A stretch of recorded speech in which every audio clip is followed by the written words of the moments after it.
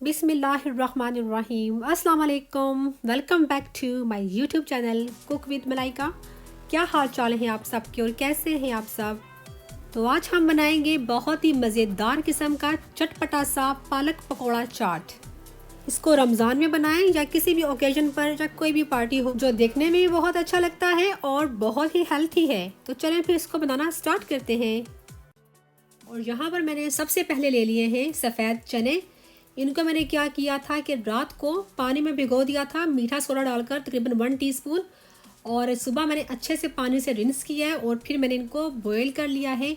और ये तकरीबन 2 कप चने थे। और यहाँ पर मैंने तकरीबन 4 आलू लेकर, मीडियम साइज़ के आलू थे, और इनको मैंने छिलका उतार कर इस तरह क्यूब्स में काट लिया था और फिर मैंने इनको बॉयल किया है। लेकिन जब मैंने बॉयल किया था तो मैंने हाफ़ टी स्पून इसमें नमक डाला था, ताकि जब हम इसको चाट में डालें तो आलू फीके फीके ना महसूस हों। और अब हम चनों को एक बाउल में निकाल लेंगे, किसी खुले बर्तन में डाल लेंगे, ताकि आराम से हम जब चाट बनाएं तो अच्छे से हम चाट को मिक्स कर सकें। और साथ ही हम इसमें ऐड कर लेंगे हमारे उबले हुए आलू।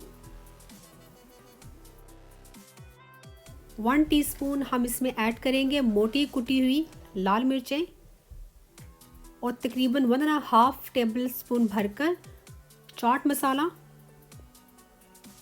और टेस्ट के मुताबिक हम इसमें शामिल करेंगे नमक। मैं इसमें डाल रही हूँ 1 टीस्पून नमक। और चॉप्ड किए हुए प्याज ऐड कर लेंगे, थोड़े सारे मैं गार्निश के लिए बचा लूँगी।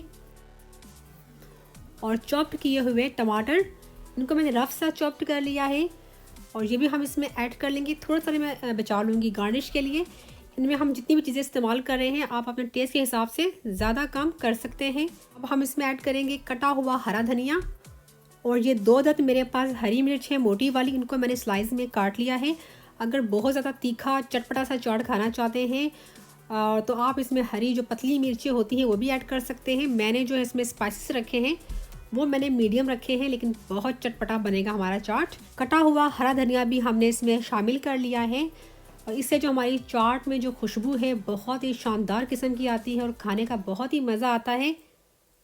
इन सब चीज़ों को हम आराम से हल्के हाथों से मिक्स कर लेंगे। और अब हम इसमें शामिल करेंगे योगर्ट। योगर्ट को मैंने क्या किया है, थोड़ा सा पानी डालकर योगर्ट को पतला कर लिया था। अगर आपके पास पतला योगर्ट है तो आप उसको वैसे ही रहने दीजिए। अब हम इसमें शामिल करेंगे इमली की खट्टी मीठी मज़ेदार सी चटनी, और ये घर की बनी हुई चटनी है।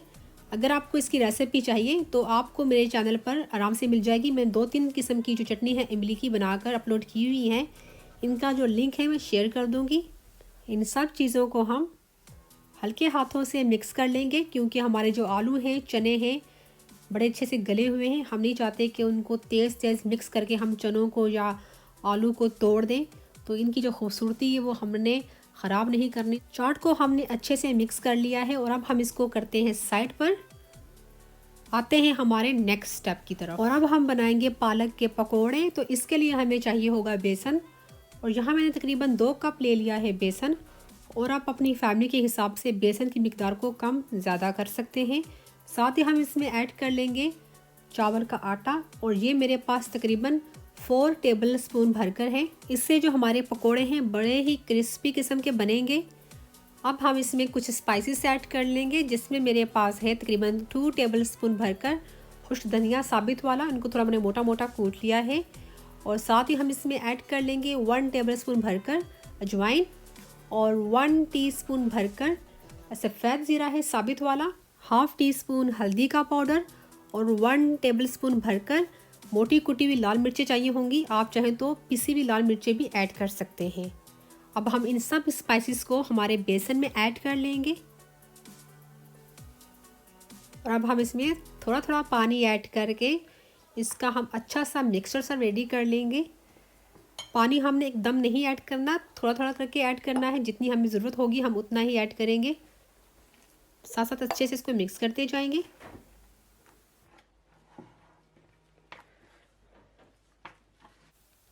और ये देखिए हमने इसको अच्छे से मिक्स कर लिया है, और हमें इसकी इतनी थिकनेस चाहिए है, ना हमने इसे ज़्यादा गाढ़ा रखना है ना ज़्यादा इसे पतला रखना है। और अब हमें पालक के पत्ते चाहिए होंगे, और इनको मैंने अच्छे से वॉश कर लिया है। और पालक के जो पत्ते हैं कोशिश करनी है बड़े बड़े लेने हैं, जिससे हमारे जो पालक के पकोड़े बहुत ही देखने में खूबसूरत लगेंगे। और यहाँ पर हमने कढ़ाई में ऑयल रख दिया है गर्म होने के लिए। और अब हम पालक का एक एक पत्ता लेकर इस बैटर में अच्छे से डिप करके, जिस तरह हम नॉर्मल आलू के पकोड़े बनाते हैं वैसे ही एक एक करके हम ऑयल में डालते जाएंगे।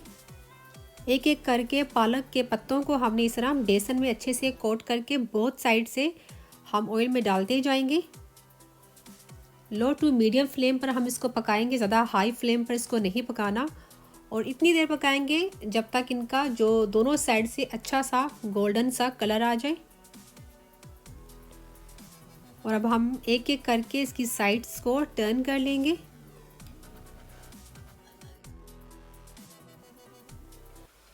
और ये देखिए बहुत ही ज़बरदस्त किस्म का गोल्डन सा कलर दोनों साइडों पर आ चुका है।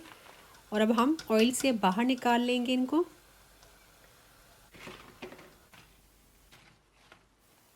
और ये पकोड़ों की आवाज़ सुने कितने क्रिस्पी रेडी हुए हैं, क्योंकि हमने इसमें चावल का आटा डाला था इस वजह से। साथ में पापड़ी भी फ्राई कर रही हूँ। और अगर आपको इसकी रेसिपी चाहिए तो मैंने पापड़ी चना चाट बनाया था, उसकी रेसिपी अपलोड है, उसमें आपको इसकी रेसिपी मिल जाएगी। अगर मैं दोबारा से बनाती तो वीडियो जो है ना बहुत लंबी हो जाती। मैं लिंक इसका शेयर कर दूँगी। और अब हम इसको करते हैं डिश आउट।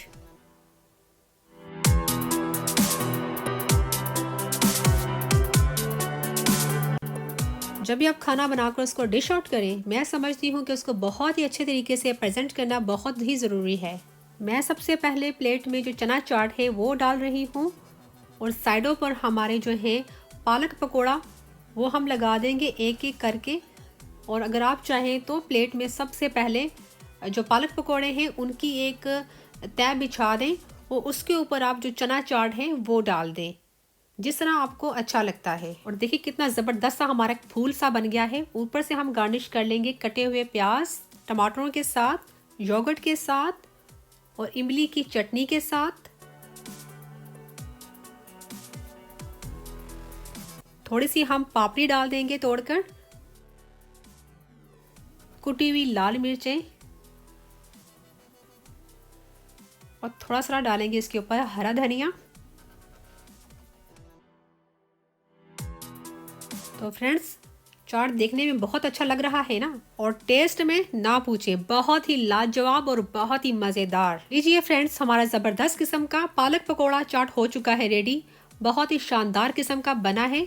अगर आपको मेरी ये रेसिपी अच्छी लगी है तो इसको लाइक, शेयर और मेरे चैनल को सब्सक्राइब ज़रूर कीजिएगा। अपना, अपने बड़ों का, अपने बच्चों का बहुत सारा ख्याल रखिएगा और दुआ में हमें याद रखिएगा। अल्लाह हाफिज़।